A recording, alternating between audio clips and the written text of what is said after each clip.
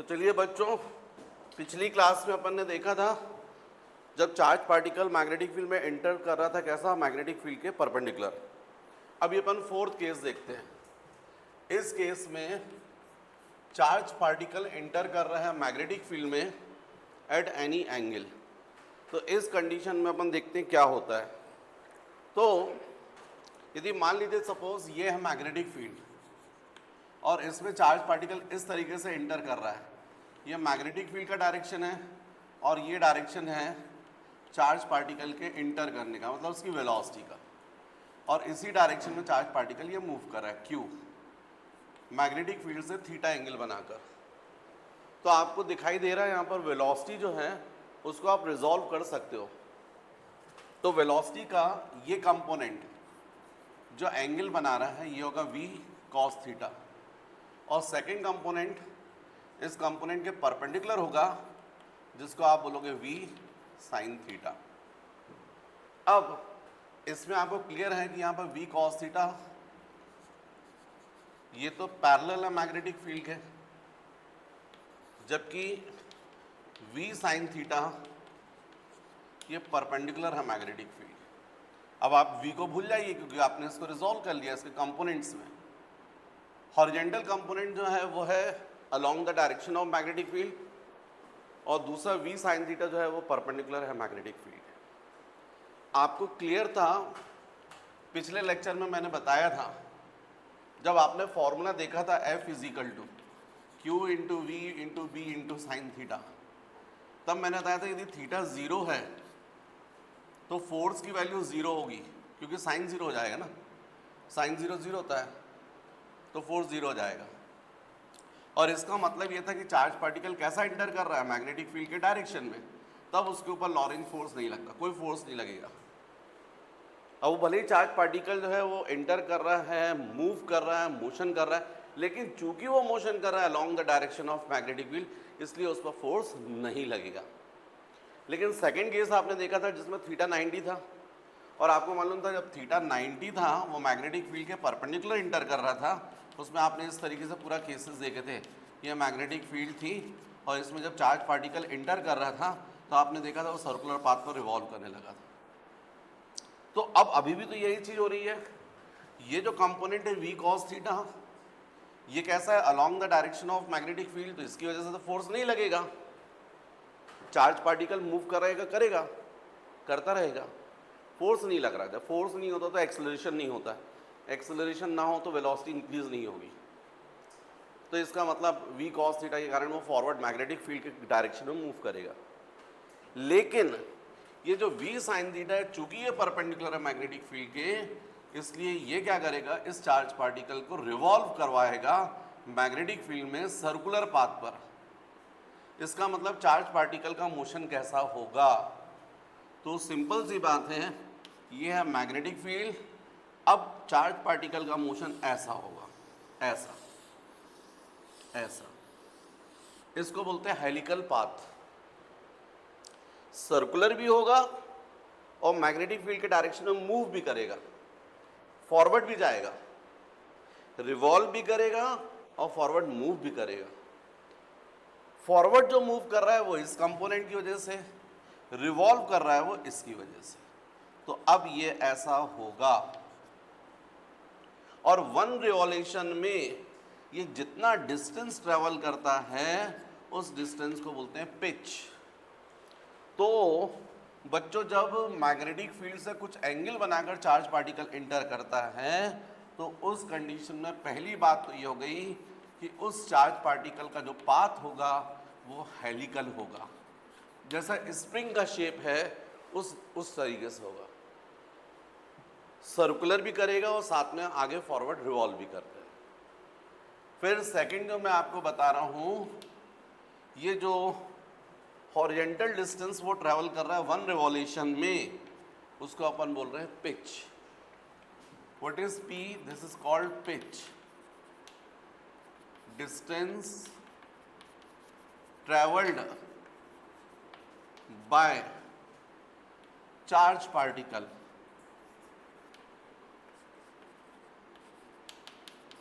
in one revolution one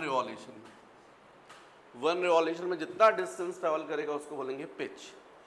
अब question होता है कि ये पिच की वैल्यू कितनी होगी, तो आपको मैं बोल ही रहा हूँ distance travel by charge particle in one revolution along the direction of magnetic field, along the direction of magnetic field, magnetic field के डायरेक्शन में जितना डिस्टेंस ट्रेवल करें। अब इस डायरेक्शन में डिस्टेंस ट्रेवल करने के लिए कौन रिस्पॉन्सिबल होगा, कौन सी वेलोसिटी रिस्पॉन्सिबल होगी? डेफिनेटली जो इसी डायरेक्शन में, मतलब v cos थीटा। हम लोग को मालूम है स्पीड इज इक्वल टू होता है डिस्टेंस अपॉन टाइम, तो डिस्टेंस इज इक्वल टू क्या जाएगा, स्पीड इनटू टाइम। तो यहाँ पर आना चाहिए speed v cos theta into time की जगह हो जाएगा टाइम पीरियड, क्योंकि वन रिवॉल्यूशन में जो भी टाइम लगेगा उसको आप क्या बोलोगे, टाइम पीरियड। और फिर अपन ने लास्ट क्लास में देखा था ये टाइम पीरियड का फॉर्मूला डिराइव किया था मैंने। जब बॉडी सर्कुलर पाथ पर रिवॉल्व कर रही थी तो उस कंडीशन में जो टाइम पीरियड था उसका फॉर्मूला था आपका 2πm अपॉन QB, और मैंने आपको बताया था ये टाइम पीरियड जो है वेलोसिटी पर डिपेंड नहीं करता। तो इस तरीके से पिच के लिए फॉर्मूला ये बनेगा, राइट? कॉपी कर लीजिएगा। अब बच्चों जो आपने ये जो मैग्नेटिक लॉरेंट फोर्स देखा चार्ज पार्टिकल पर, वो तो हो गया आपका Q into v into B into sine theta.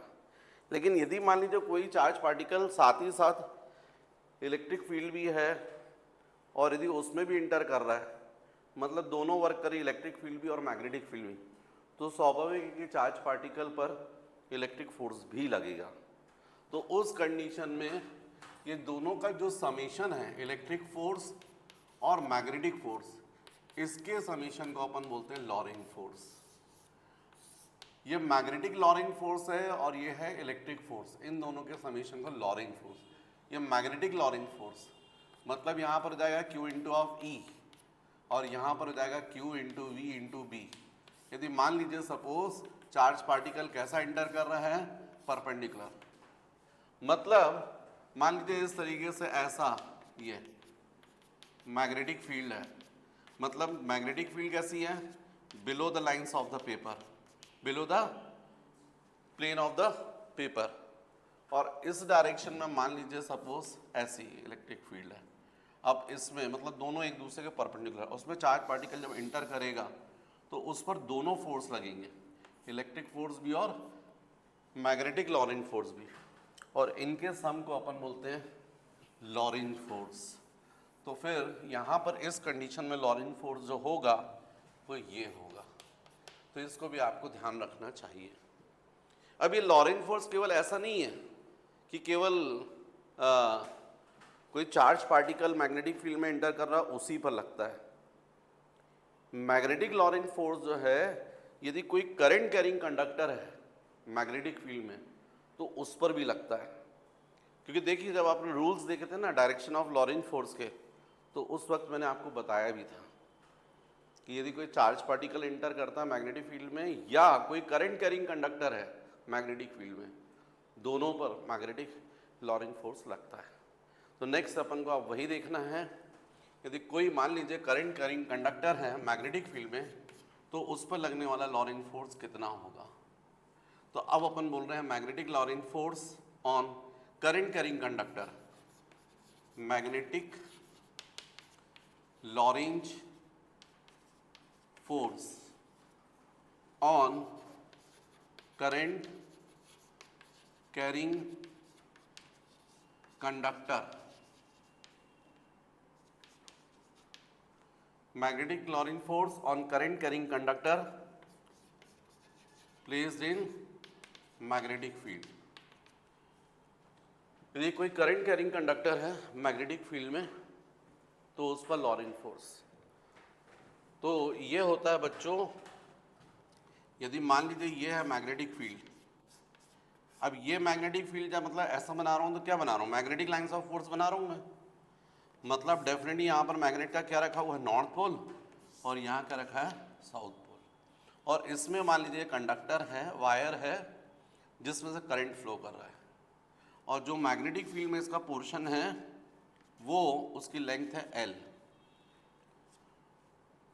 ये मैग्नेटिक फील्ड का डायरेक्शन और ये करंट का डायरेक्शन, इनके बीच का एंगल थीटा। तो अब जो लॉरेंट फोर्स होता है करंट कैरिंग कंडक्टर पर वो F डायरेक्टली प्रोपोर्शनल होता है I के, डायरेक्टली प्रोपोर्शनल होता है L के, डायरेक्टली प्रोपोर्शनल होता है B के और डायरेक्टली प्रोपोर्शनल होता है साइन थीटा के। मतलब इस कंडक्टर में जितना ज़्यादा आप करंट इंक्रीज करोगे लॉरेंट फोर्स भी बढ़ता जाएगा। जितनी ज़्यादा लेंथ होगी उतना ज़्यादा फोर्स लगेगा, जितनी ज़्यादा पावरफुल मैग्नेटिक फील्ड होगी उतनी ज़्यादा फोर्स लगेगा। और थीटा जो है वो है angle between the direction of magnetic field and current. तो यदि हम लोग इक्वल करते हैं तो F is equal to K into I into L into B into of sine theta, right. यहाँ पर K कांस्टेंट है, लेकिन प्रैक्टिकली देखा गया है इस कांस्टेंट की वैल्यू दोनों ही सिस्टम में, CGS और SI दोनों ही सिस्टम में K की वैल्यू 1 होती है। ये CGS और SI दोनों सिस्टम में K की वैल्यू 1 का मतलब ये है कि प्रैक्टिकली देखा गया जितना आप करंट जा रहा है वायर से, कंडक्टर से, जितनी उसकी लेंथ है, मैग्नेटिक फील्ड और थीटा की वैल्यू रखकर डायरेक्ट जो वैल्यू निकालते हो आप मल्टीप्लाई करके, उतना ही एक्चुअल में फोर्स लग रहा है। तो इसका मतलब यहाँ पर कांस्टेंट से आपको कुछ भी मल्टीप्लाई नहीं करना पड़ेगा, इसलिए कांस्टेंट की वैल्यू आई। तो अब ये F इज इक्वल टू होता I into L into B into of sine theta. अब इसमें भी डिफरेंट केस बनते हैं। फर्स्ट केस तो यही, if I is equal to 0 तो definitely F is equal to 0। मतलब केवल यदि आप कंडक्टर को रख दोगे और मैग्नेटिक फील्ड में और आप सोचोगे उस पर फोर्स लगेगा तो नहीं लगेगा। ये मैग्नेटिक फील्ड में जो मैग्नेटिक फोर्स है वो केवल किस पर लगता है, करंट कैरिंग कंडक्टर पर। मतलब वायर में से करंट का फ्लो होना जरूरी है। Second case, if theta is equal to 0 तब भी फोर्स 0। अब आप वायर को जो है वो मैग्नेटिक फील्ड के डायरेक्शन में रखना है, मतलब यहाँ मैग्नेट का नॉर्थ पोल, यहाँ मैग्नेट का साउथ पोल, और आपने वायर को ऐसा रख दिया। आप बोलो सर करंट तो फ्लो करवा रहे हैं, अब क्यों नहीं लग रहा है? नहीं लगेगा। इस पर फोर्स लगने के लिए जरूरी है कि कुछ एंगल बनना जरूरी है, तभी मैग्नेटिक फोर्स लगेगा। यदि current carrying conductor magnetic field के डायरेक्शन में, तब Laurent force, magnetic Lorentz force या मैग्नेटिक फोर्स नहीं लगेगा। Third case, if theta is equal two of 90, तो सबको पता है साइन 90 की वैल्यू 1 होती है, और ये साइन की कौन सी वैल्यू, मैक्सिमम। तो जब यहाँ मैक्सिमम वैल्यू रखकर मल्टीप्लाई करोगे तो प्रोडक्ट भी कैसा आएगा, मैक्सिमम। तो इस वक्त जो फोर्स लगेगा वो मैक्सिमम लगेगा, और कितना लगेगा, ILB, इतना फोर्स लगेगा। अच्छा एक और चीज देखो, आप मैग्नेटिक फील्ड की आपने एक यूनिट देखी थी, न्यूटन पर एम्पियर मीटर, वो यहीं से निकली है। आप I को और लेंथ को क्रॉस मल्टीप्लाई कर दो तो B इज इक्वल टू क्या हो जाएगा, F upon I into L. तो ऐसा ही सिस्टम में F को न्यूटन, एम्पियर और मीटर, तो न्यूटन पर एम्पियर मीटर। याद करो कि तुम लोगों ने, मैंने आपको बताया था इंटेंसिटी ऑफ मैग्नेटिक फील्ड की यूनिट्स, CGS सिस्टम बताया था गॉस, और ऐसा ही सिस्टम बताया था न्यूटन पर एम्पियर मीटर और वेबर पर मीटर स्क्वायर और टेस्ला। और मैंने बोला था आपको 1 newton per ampere metre is equal to 10 to the power 4 gauss. और ये newton per ampere metre, weber per metre square और टेस्ला इक्वल होते हैं, है ना। पर CGS सिस्टम में 1 newton per ampere metre is equal to 1 weber per metre square is equal to 1 tesla, लेकिन is equal to 10 to the power 4 Gauss.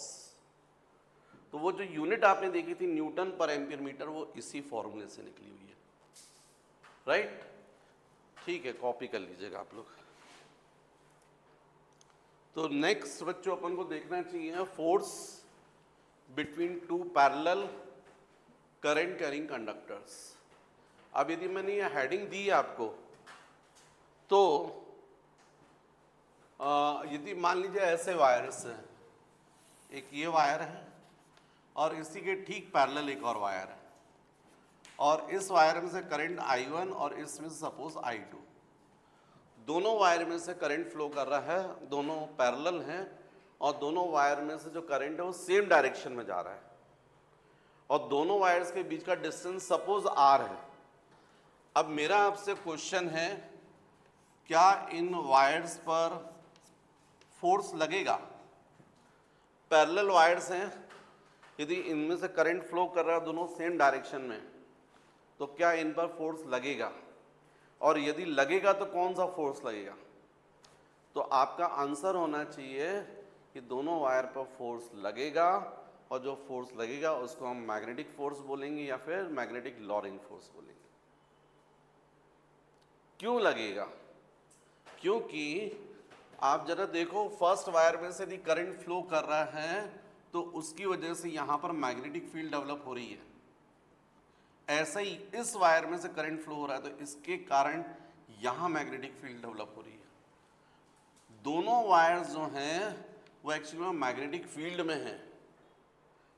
Second wire first wire की magnetic field में है, और फर्स्ट वायर सेकंड वायर की magnetic field में। क्योंकि आपने देखा है राइट हैंड पाम रूल, भाई किसी वायर से यदि करंट फ्लो करता है तो उसके कारण क्या डेवलप होती है? Magnetic field. और वो मैग्नेटिक फील्ड किस डायरेक्शन में होगी, तो ये कैसे निकालते हैं अपन? By right hand palm rule. तो राइट हैंड पाम रूल क्या था आपका? पाम को ओपन रखना है। कैसा ओपन रखना है कि थंब और फिंगर्स कैसे हो? परपेंडिकुलर। थंब को कैसा रखना है? करंट के डायरेक्शन में। फिंगर्स को कैसा रखना है? उस पॉइंट की तरफ जिस पर आपको मैग्नेटिक फील्ड पता करना है। तो गिवन पॉइंट पर मैग्नेटिक फील्ड कैसी होती है? Perpendicular to open palm. तो आप यहां देखो, ये फर्स्ट वायर में से ऐसा करंट फ्लो कर रहा है ये, और आपको यहां मैग्नेटिक फील्ड पता करना है सेकंड वायर पर, ऐसा रखोगे तो आपको क्लियर दिख रहा है पाम कैसा ओपन हो रहा है? Behind the board. Behind the board का मतलब है यहां पर मैग्नेटिक फील्ड कैसी है? क्रॉस। इस मैग्नेटिक फील्ड को आप क्या नेम देंगे? B1। क्यों B1? क्योंकि मैग्नेटिक फील्ड किसकी है? फर्स्ट वायर की है। फर्स्ट वायर के कारण यहां पर मैग्नेटिक, मतलब सेकंड वायर किस में है? फर्स्ट वायर की मैग्नेटिक फील्ड में। ऐसा ही आप देखो, फर्स्ट वायर जो है वो भी मैग्नेटिक फील्ड में है। किसकी मैग्नेटिक फील्ड में? सेकंड वायर के कारण। ये देखो, आप करंट ऐसा जा रहा है तो थंब करंट के डायरेक्शन में, फिंगर को इस तरफ। आपको दिख रहा है पाम किस तरफ ओपन हो रहा है? आपकी तरफ, है ना, in front of the board. और जब आप अपनी कॉपी में बनाएंगे तो उसके हिसाब से above the plane of the paper. तो आपको मालूम है यहां पर मैग्नेटिक फील्ड किससे बताओगे आप? By dot. और ये किसकी मैग्नेटिक फील्ड है? सेकंड की।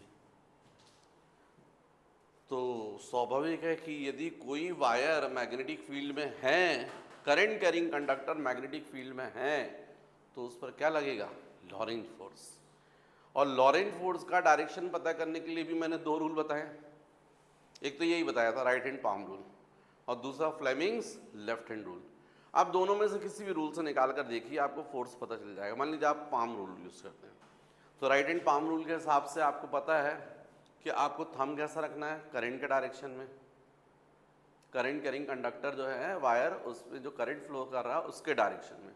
फिंगर को कैसा रखना है? Towards the magnetic field. तो लगने वाला फोर्स किससे बताते हो?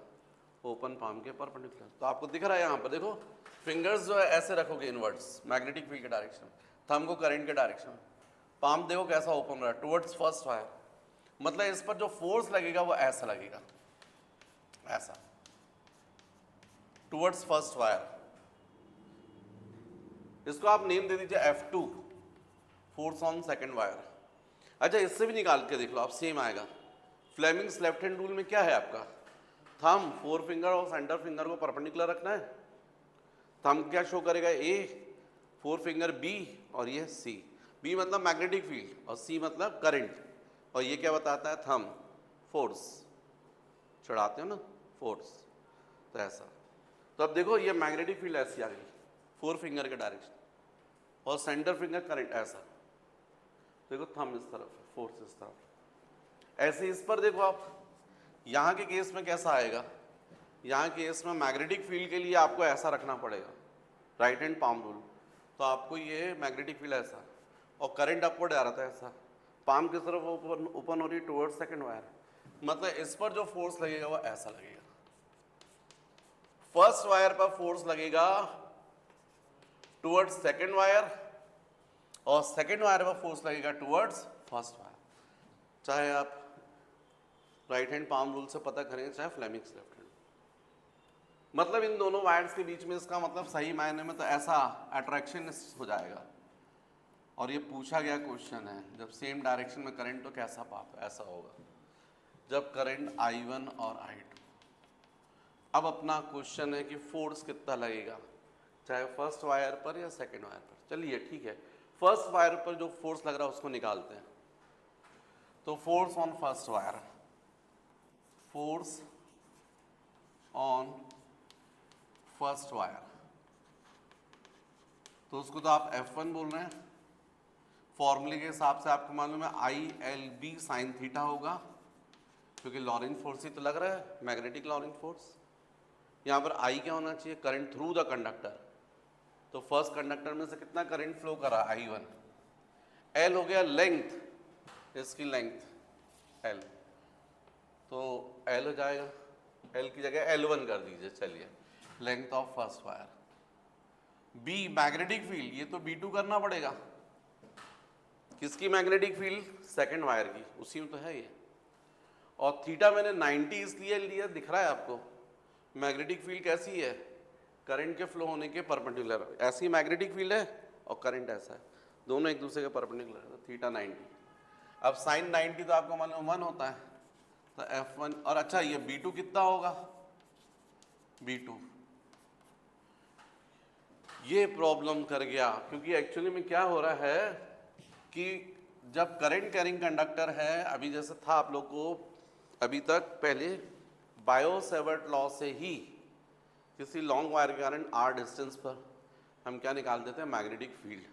अभी वो डेरिवेशन कट कर दिया उन्होंने बायो-सेवर्ट लॉ से। आगे है वो अपन करेंगे एम्पियर सर्कुलर लॉ से। तो चलो कोई बात नहीं, मैं बता देता हूँ। कोई वायर होता है, उससे यदि करंट फ्लो कर रहा था, उससे r डिस्टेंस में जो मैग्नेटिक फील्ड जनरेट होती है उसका फॉर्मूला होता है μ0/4π × 2I/r। यह फॉर्मूला होता है। किसी वायर में से यदि करंट फ्लो कर रहा है तो उसके कारण r डिस्टेंस में जो मैग्नेटिक फील्ड जनरेट होती है उसका ये फॉर्मूला है।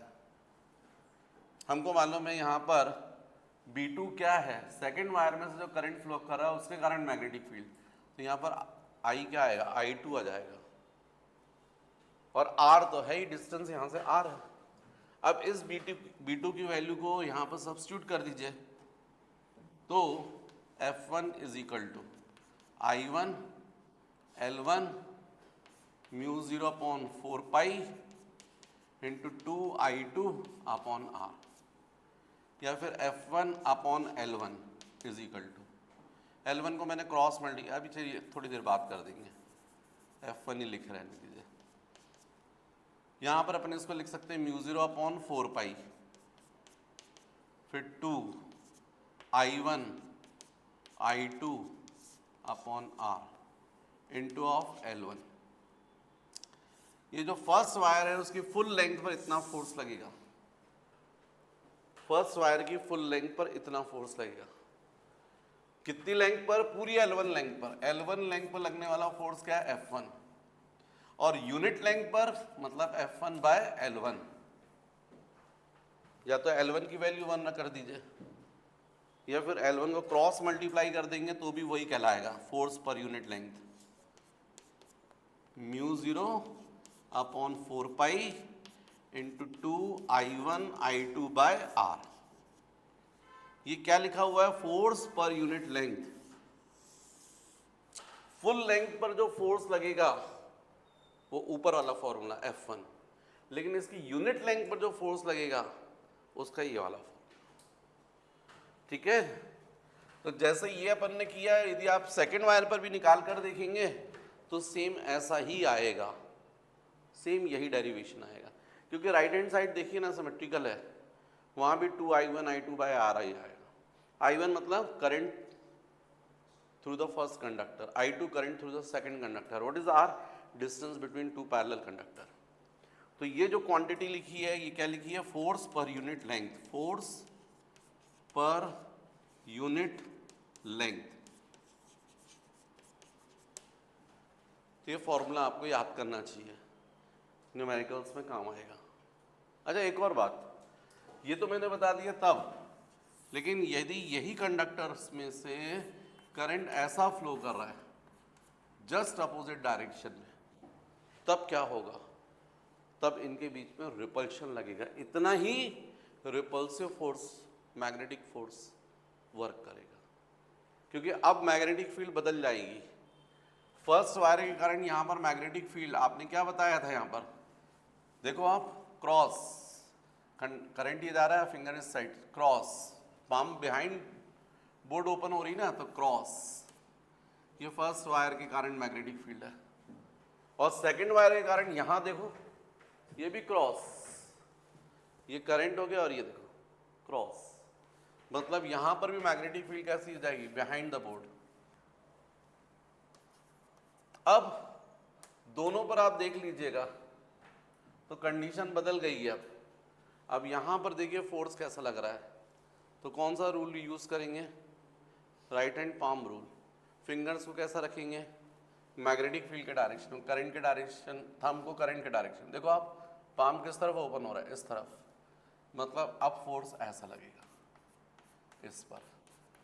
और इस पर देखो आप, सेम कंडीशन यहां भी ऐसी बन रही है, करंट डाउनवर्ड।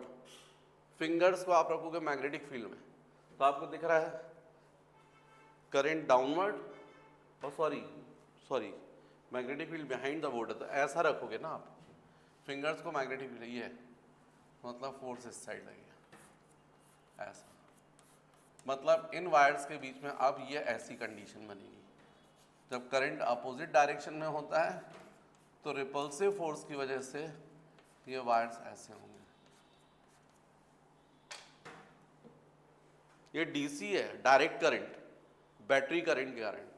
नहीं तो आप बोलोगे सर वो बाहर एमपीपी के वायर हो तो पैरेलल है, उनमें से करंट फ्लो हो रहा है, या तो सेम डायरेक्शन में होगा तो उनके बीच में डेफिनेटली सेम वायरिंग डायरेक्शन में अट्रैक्शन होना चाहिए, अपोजिट जा रहे हो तो रिपल्शन होना चाहिए। तो ऐसा तो कुछ नहीं दिख रहा, वो ऑल्टरनेटिंग करंट है। ये ऑल्टरनेटिंग करंट का केस है ही नहीं है, अपन अभी तक पूरा क्या पढ़ रहे हैं? Direct current.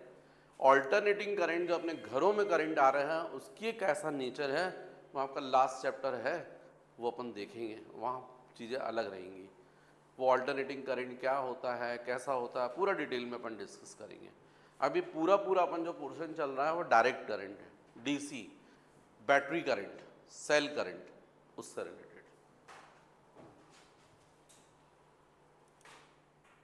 चलिए स्टूडेंट्स, नेक्स्ट अपन पढ़ते हैं torque on current carrying coil in uniform magnetic field.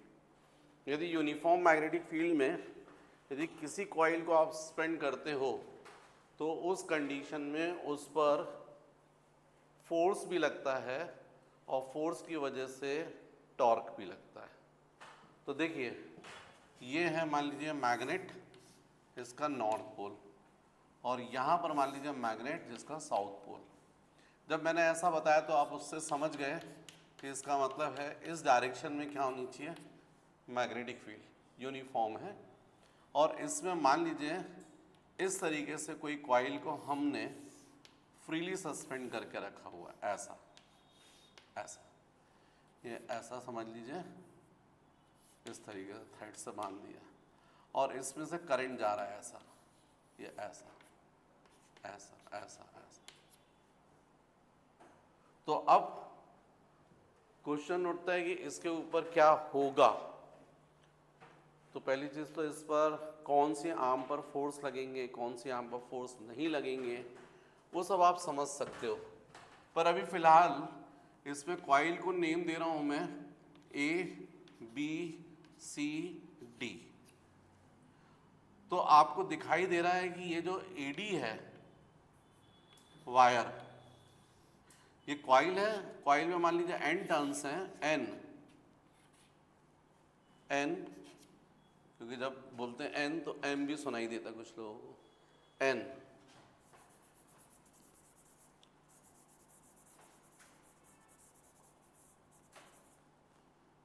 और जब इसमें n टर्न्स हैं और करंट ऐसा जा रहा है तो इस वायर पर AD पर और साथ ही साथ BC पर फोर्स इक्वल लगेंगे। कितने लगेंगे? तो ILB sin 90, क्योंकि देखिए आप वायर जो हैं यूनिफॉर्म मैग्नेटिक फील्ड के परपेंडिकुलर है करंट का डायरेक्शन, इसमें भी करंट दोनों में सेम रहेगा, इसकी लेंथ और इसकी लेंथ इक्वल है। Suppose L B magnetic field और थीटा 90 इसलिए रखा है करंट अपवर्ड जा रहा है और मैग्नेटिक फील्ड ऐसी है, परपेंडिकुलर है, और दोनों पर जो फोर्स लग रहा है इन पर वो कैसा होगा? मैक्सिमम। कितना होगा? ILB साइन 90 की वैल्यू 1 हो जाएगी, ILB। जबकि AB और इन पर नहीं लगेगा करंट, क्योंकि इन पर जो है अपन बात करेंगे तो मैग्नेटिक फील्ड के डायरेक्शन में इसमें अपोजिट है, तो फोर्स नहीं लगेगा, इस पे और इस पे लगेगा। अब ये मतलब आपको ऐसा एंगल दिख रहा होगा, आप लोग को इमेजिन करना पड़ेगा यार। ये जो कॉइल है ना ऐसा, ये ऐसा, ये जो बोल रहा हूँ ABS ऐसा करंट, और इस पर डाउनवर्ड, और ये जो है तो मैग्नेटिक फील्ड के डायरेक्शन हो गया। तो फिर इस कंडीशन में अपन बात करें तो इस पर फोर्स, जैसा मैंने डायग्राम बनाया उसके बेसिस पर, इस पर फोर्स किस डायरेक्शन में लगेगा? Longing force. कैसे निकालोगे? By Fleming's left hand rule. तो आपको मालूम है यहाँ पर थंब, फोर फिंगर और सेंटर फिंगर को रखना परपेंडिकुलर। ये जो रहेगा वो करंट ऐसा रहेगा, सेंटर फिंगर करंट के डायरेक्शन में, है ना, और फोर फिंगर मैग्नेटिक फील्ड के डायरेक्शन में। थंब किस तरफ जा रहा है? इनवर्ट्स। मतलब इस पर फोर्स कैसा लगेगा? अंदर की तरफ ऐसा, और इस पर जो फोर्स है आप देख लीजिएगा बाहर की तरफ लगेगा ऐसा, क्योंकि देखो आप ये ऐसा आएगा, करंट डाउनवर्ड ही है ऐसा। मतलब ये दोनों फोर्स एक दूसरे के कैसे रहेंगे? परपेंडिकुलर। और यदि आप टॉप व्यू ऊपर से देखें, यदि ऊपर से पूरे सिस्टम को देखें भैया, यहाँ हम बोल रहे हैं ऊपर से देखें, आप नीचे से देख रहे हो, इधर देखो, यहाँ ऊपर से देखोगे तो आपको ये AB जो है ये पूरा कैसा पोर्शन दिखाई देगा? आपको ये पूरा पोर्शन ऐसा दिखाई देगा, ये मैग्नेटिक फील्ड हो गई, और ये ऐसा दिखाई देगा वायर, ये AB दिखाई देगा, ये A पॉइंट और उसके ठीक नीचे D रहेगा। मतलब ये जो पॉइंट है ना, यहाँ ही पर A और इसी के जस्ट नीचे D, एक ही पॉइंट पे दिखाई देंगे। ऐसे ही यहाँ पर B दिख रहा है तो उसके ठीक नीचे C दिखाई देगा ऐसा। मतलब कॉइल की आपको क्या दिखाई देगी? केवल ब्रेड्थ B सपोज। अब प्रॉब्लम ये है, मैंने वहाँ पर इसको भी B बोला, W बोलने के विड्थ, क्या बोलने यार इसको, क्योंकि इसको तो लेंथ बोल रहा हूँ मैं, हैं? इसका ही नाम बदल देते हैं ना, PQRS, और ये ब्रेड को B रहने दो क्योंकि इसकी ज़रूरत है। तो अब ये हो जाएगा PS और ये हो जाएगा आपका RQ या QR, है ना। अब ठीक है, तो यहाँ पर जो दिखाई देगा P पॉइंट दिखाई देगा, उसके जस्ट नीचे क्या दिखाई देगा? S। यहाँ पर Q दिखाई देगा आपको, उसी के जस्ट नीचे रहेगा R। और जो फोर्स लग रहा है ये, तो अब मुझे यहाँ डायग्राम बनाने में दिक्कत जा रही है। मुझे ज़्यादा अच्छा है करंट का डायरेक्शन बदल देना चाहिए, करंट का डायरेक्शन भी बदल दीजिए। अभी मैंने ऐसा बोला था, ऐसा कर दीजिए। ऐसे करंट के डायरेक्शन से फ़ायदा ये मिलेगा कि इस पर फोर्स ऐसा लगेगा और इस पर फोर्स पीछे, तो मुझे वहाँ डायग्राम आपको बनाने में थोड़ा आसानी जाएगी, समझाने में। देखिए ऐसी कंडीशन में फोर्स सामने लगेगा, लॉरेंट फोर्स। ये मैग्नेटिक फील्ड का डायरेक्शन हो गया, करंट का डायरेक्शन ये सामने की तरफ, ये सामने है, ये पीछे, और दोनों पर फोर्स भी इक्वल है, ये इतना। तो इस पर फोर्स जो रहेगा वो ऐसा रहेगा और इस पर force just opposite, magnetic field के परपेंडिकुलर ऐसा। ये देखो ना, ये मैग्नेटिक फील्ड का डायरेक्शन है, 4 फिंगर से बता रहे हो। सेंटर फिंगर से करंट का डायरेक्शन, थंब क्या बताएगा? फोर्स। कैसा? मैग्नेटिक फील्ड के परपेंडिकुलर यहाँ पर। तो ये हो गया F और ये भी हो गया F, और ये हो गई कॉइल की ब्रेड्थ B। अब यदि हम मान लें ये कॉइल का जो प्लेन है उसका ये परपेंडिकुलर है, ये डायरेक्शन एरिया का होता है, एरिया का डायरेक्शन हमेशा कॉइल के प्लेन के परपेंडिकुलर, एरिया वेक्टर क्वांटिटी है और इसका डायरेक्शन हमेशा कॉइल के प्लेन के कैसा होता है? परपेंडिकुलर। तो सपोज अब हम यहां से Q से एक परपेंडिकुलर ड्रॉ कर दें मैग्नेटिक फील्ड पर, और P से भी एक परपेंडिकुलर ड्रॉ कर दें ऐसा। ये दोनों परपेंडिकुलर एक दूसरे को मान लीजिए यहां इंटरसेक्ट कर रहे हैं। अब ये डायरेक्शन किसका है? मैग्नेटिक फील्ड का। ये डायरेक्शन किसका है? एरिया का। तो सपोज ये एंगल कितना है? थीटा। तो ये एंगल थीटा है, तो इसके परपेंडिकुलर जो लाइंस होंगी उनके बीच का एंगल भी थीटा होगा। ऐसा मैं कॉन्सेप्ट समझा चुका हूं। कभी भी 2 लाइंस के बीच का एंगल यदि थीटा हो तो उनके परपेंडिकुलर लाइंस के बीच का एंगल भी थीटा होता है। तो स्वाभाविक है कि मैग्नेटिक फील्ड के परपेंडिकुलर तो ये लाइन दिख रही है, और एरिया के परपेंडिकुलर ये कॉइल का प्लेन दिख रहा है, मतलब ये एंगल भी क्या होगा? थीटा होगा।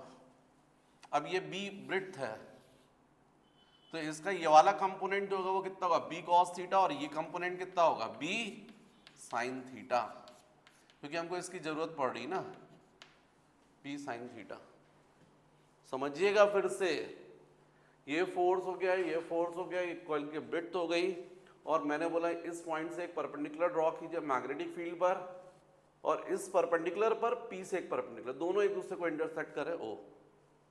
सपोज ये एंगल थीटा है, यदि ये एंगल थीटा है तो B को रिजॉल्व करोगे तो इसका ये वाला कंपोनेंट हो जाएगा B cos थीटा, और ये हो जाएगा B sin थीटा।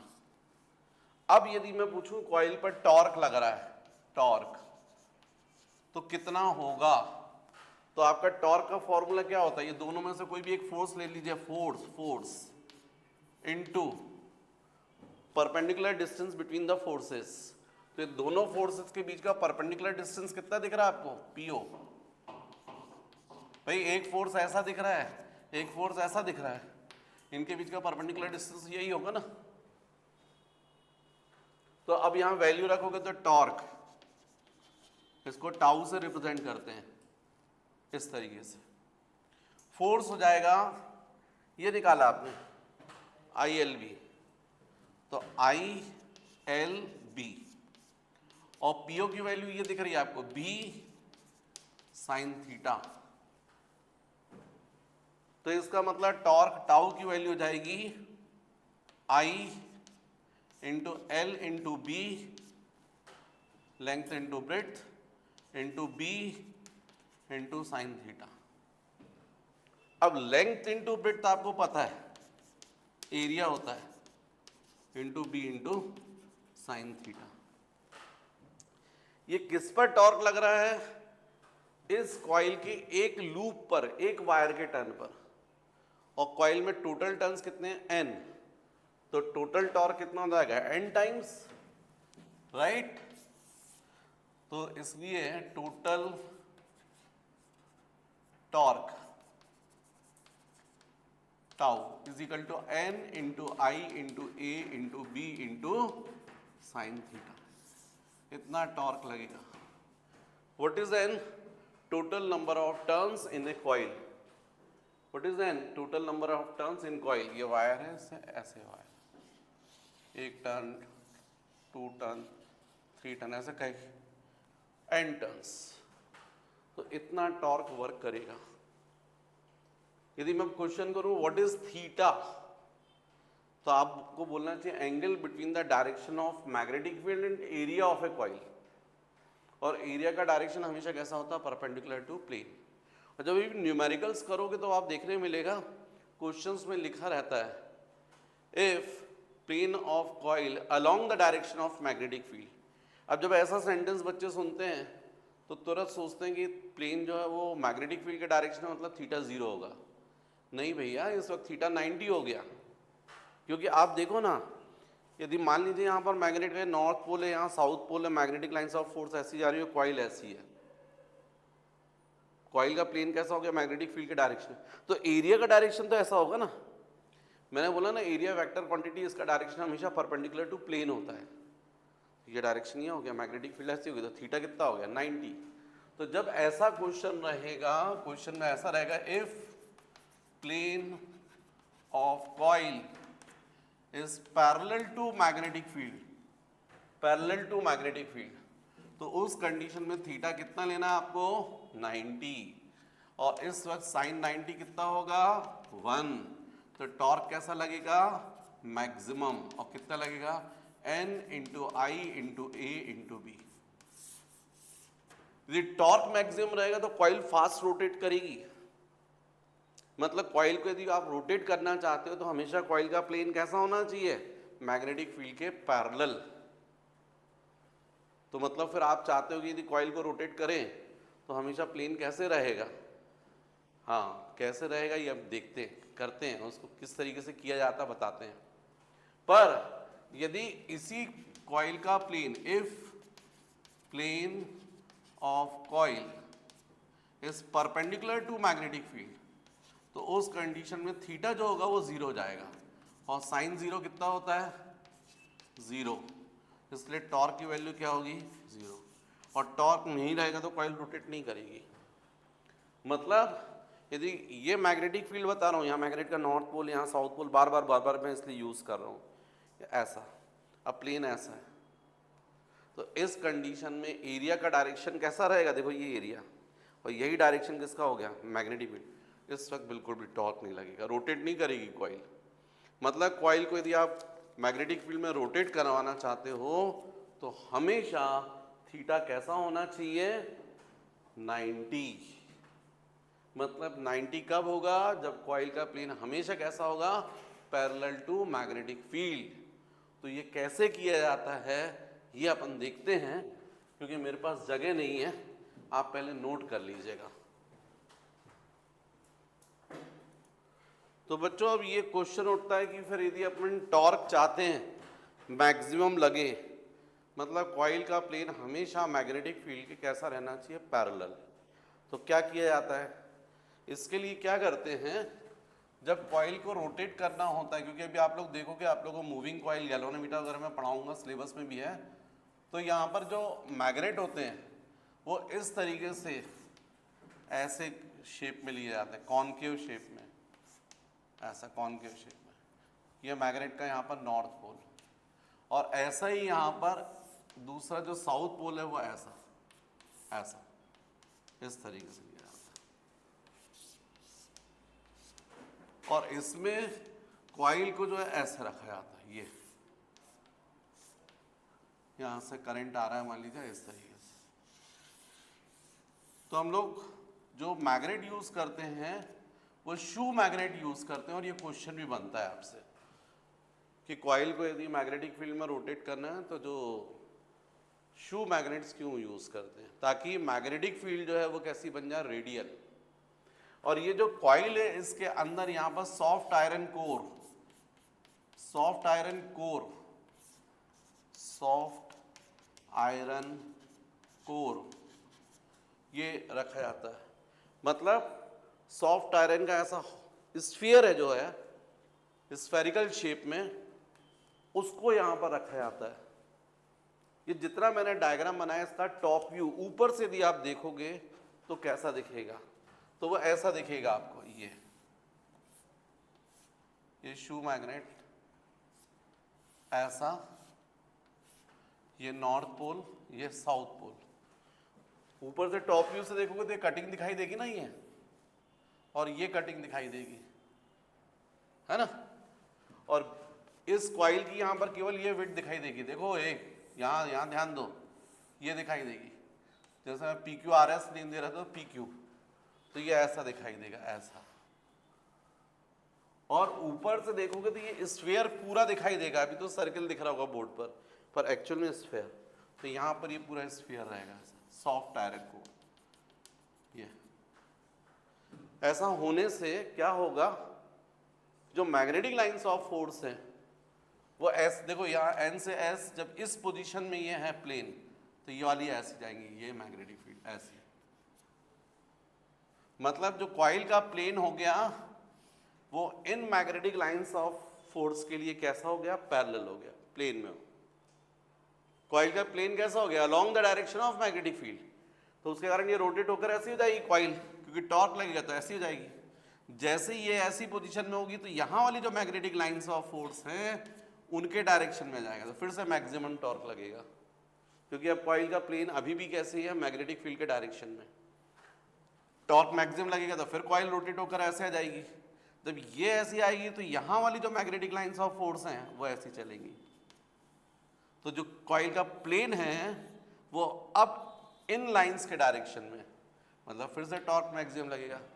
मतलब कॉइल की कोई भी पोजीशन रहे, हमेशा कॉइल का प्लेन कैसा रहेगा, along the direction of magnetic field.